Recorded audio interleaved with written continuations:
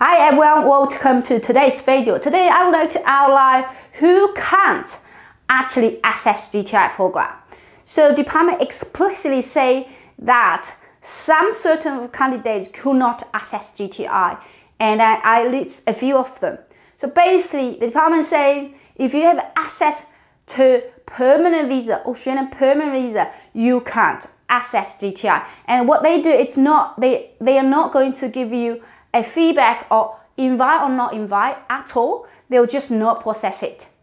So although you might ask the question, oh, can they do that? No, they can't. The Australian immigration cannot do that legally, but they just do it anyway. So you know what I mean here, okay? So what type of candidate they can't access? If you're a holder of 188 visa, okay, if you're a holder of 188 visa, or your 188 visa has already been processed and it reached the final stage.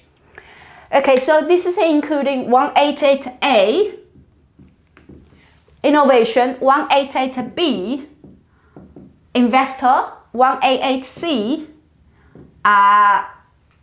significant investor D, and it's not commonly no. Okay, all of them, they cannot access to GTI. They can't. They just simply can't. Now, if they reach, what do we mean by they reach final stage? So if you're a holder of this visa, you have no choice. You can't access GTI. They will not process it. They want you to comply this rule first, get your permanent visa down the line through 18888, but you can't even access this GTI program. They are not going to give you a review. Now, what happens if someone lodged 188 but they haven't been finalized? Can they still access? No, under circumstance, if they have reached the final stages of application. What do we mean by final stage? Lodged a long time ago, and then they have been requested police check, such as final stage, and they can't access this. Okay, final stage. What happens if someone who's just, I'll talk to that later, what you're gonna do with this. Or someone who has a, for instance, another type of visa, which is need to permanent residency, such as 186, right? 186 visa. If you're 186 visa holder, all right, you've got permanent visa anyway. I'm saying 186 visa applicant, you lodge 186 and has not been finalized.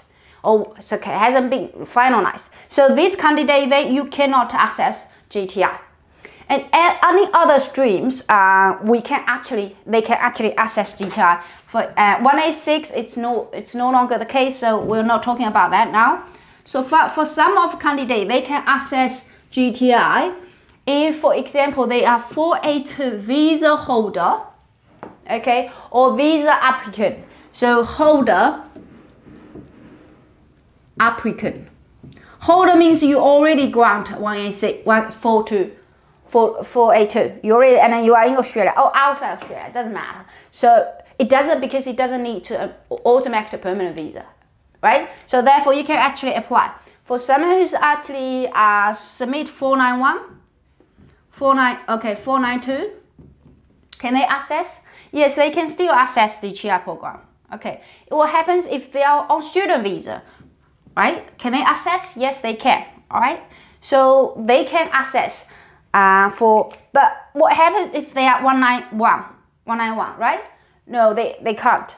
So they can't access GTI. So this is referring if you have already granted a visa, and that type of visa will need permanent residency. For example, 1A type visa, because although you might say I might not able to meet, but it's assuming you, because that's a condition you're gonna follow.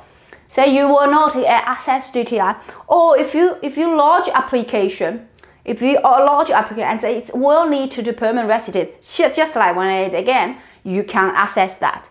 Or if you have some kind of obligation followed by some of visa. For instance, people might say, okay, I have 188, but I don't know whether I can get PR or not. But department say, okay, you know what? You have to comply with that 188 first. You haven't complied even once, and so you're gonna need to comply it, and then you later on submit 188A.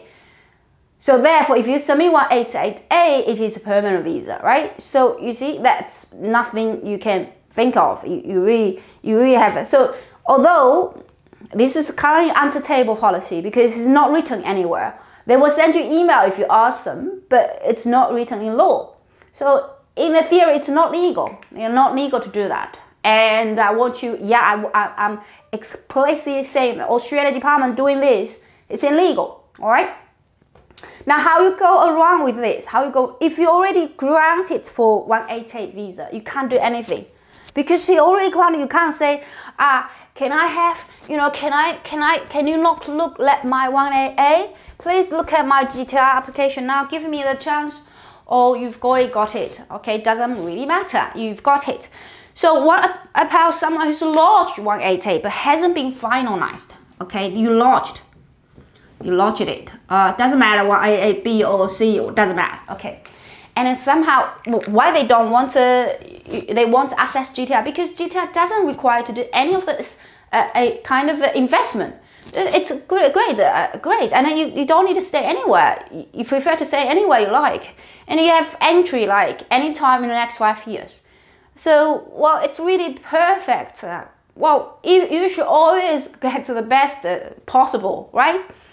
Now, what we're gonna do is we have a candidate in situation like this. Okay, they lodge 188 and they already reach final stage, and then at the time we lodge and then we talk to department. I ask them, can they still be access a GTR if they withdraw the application? I explicitly ask this question, and the question is yes. Okay, yes. If you withdraw that, you'll be able to access GTR. If you withdraw that. Now, that is no guarantee after withdraw. No, it's no guarantee I'm going to give you invite. That's what department say. Obviously, no guarantee because I actually hasn't checked your file because your file has been put back into non-priority, which means it's going to be very long. So after withdraw that, you will have then access to GTR, and then they will process the application on its own. Say, hey, I think yeah, you meet the requirement, invite, or you don't meet the requirement, not invite. So that's two. Under all the circumstances, still two type of circumstance. Now, if you're a candidate in the area of not earning high income, which is I don't think is a possibility, because if you meet 180 B or A, you do meet high income threshold. So you have to be really strong case if you want to do that.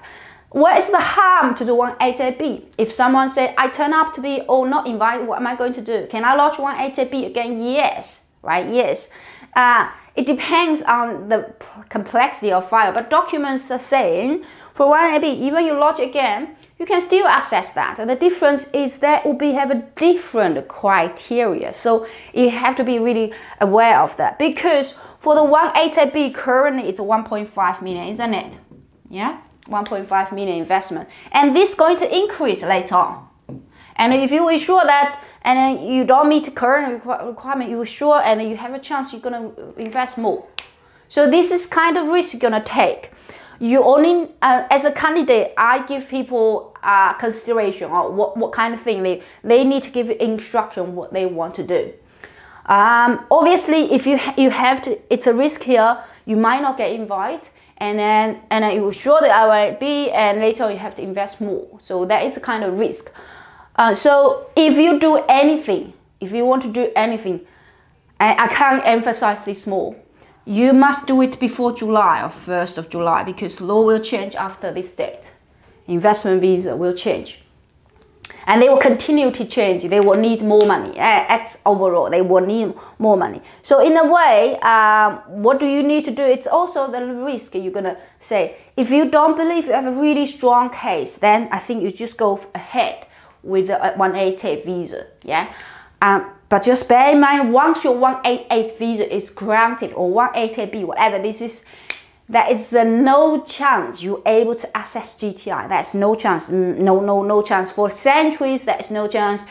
You can't do anything about that. You're gonna invest, you're gonna stay there out of 4 years, you're gonna put your investment in 5 years, so there's really no chance you can do anything. You just need to wait to get a permanent visa. So today I just outline what kind of people we can access GTR and the potential risk in terms of that. Now, whatever I provide, this is correct in terms of policy, okay? It's correct in kind of scenario. It might not correct if you have different scenario. and I need to do individual assessment based on that. So thank you very much for watching.